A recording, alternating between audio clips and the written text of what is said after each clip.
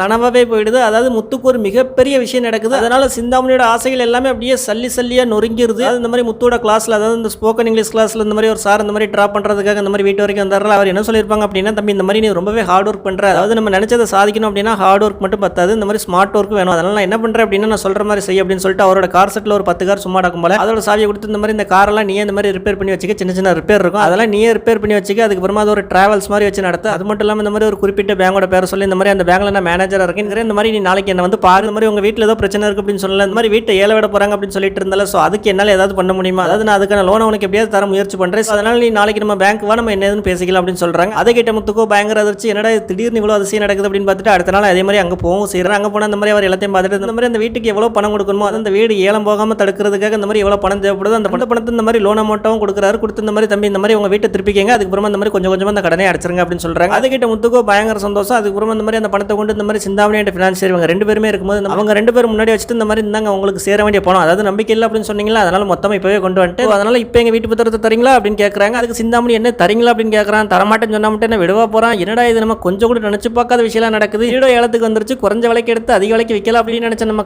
கனவாவே போயிடுச்சா அப்படிங்கிற மாதிரியே பார்த்துட்டு இருக்காங்க.